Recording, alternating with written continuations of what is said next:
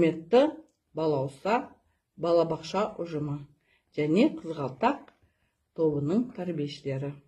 Көктемнің алғашқы күнімен тұспа-тұс келген алғыс айту күнімен құттықтаймыз. Балабақшада тәрбие барлық тәрбиенің бастамасы. Балаға бағыт бағдар, тәлім тәрбие беретін отбасынан кейінгі екінші анасы. Балаларға әрқашан қамқор болып, ешқашан жұмыс істеуден шаршамайтын жандардың бірі.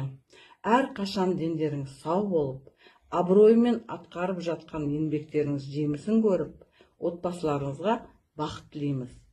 Құттықтаушы Әбілқасым Айзеренің отбасы.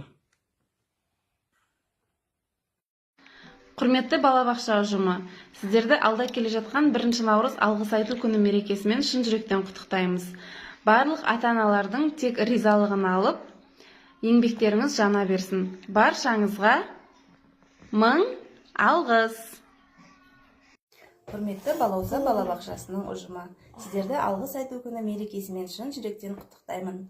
Балабақшадағы тәрбие барлық тәрбиенің бастамасы. Әр балаға көңіл бөліп, отбасынан кейінгі екінші отбасы бола білген тәрбиеші ұстаздарымызға мың алғыс. Армысыздар.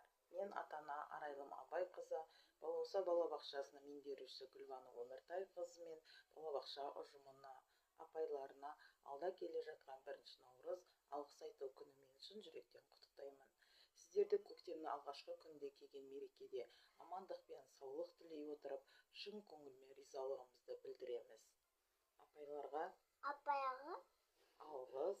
алғыс айтамын.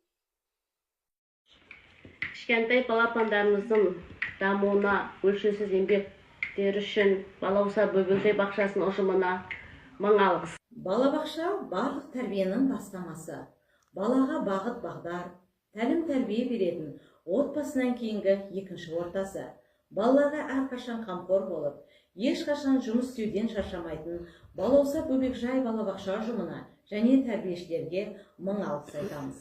Кішкентай балапандарымыздың жан-жақты дамуына, өскелең ұрпақты тәрбиелеуде өрелі жұмысы мен өлшеусіз еңбектері үшін алғыс білдіреміз.